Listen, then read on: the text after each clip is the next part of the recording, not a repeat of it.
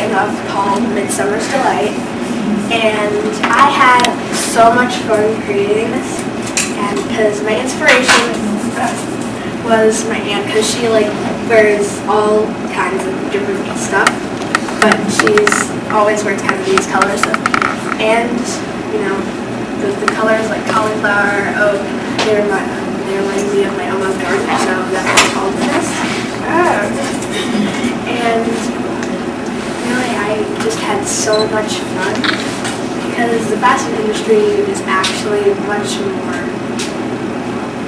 complicated than I thought it would be, but it's been a lot of fun, and so it's been a lot of fun. Oh yeah, so the t-shirt I'm wearing is for the Inn. It's a charity that helps the homeless in my area, and Interfaith Nutrition Network. And we kind of chose the border because it matches with this. My favorite print, I call it garden racing stripes.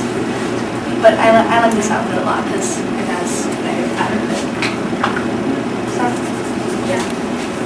What was your favorite part of the class?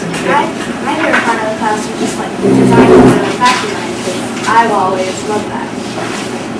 It's mine, and now it's someone else's. I designed it, and it has shown my personality in it.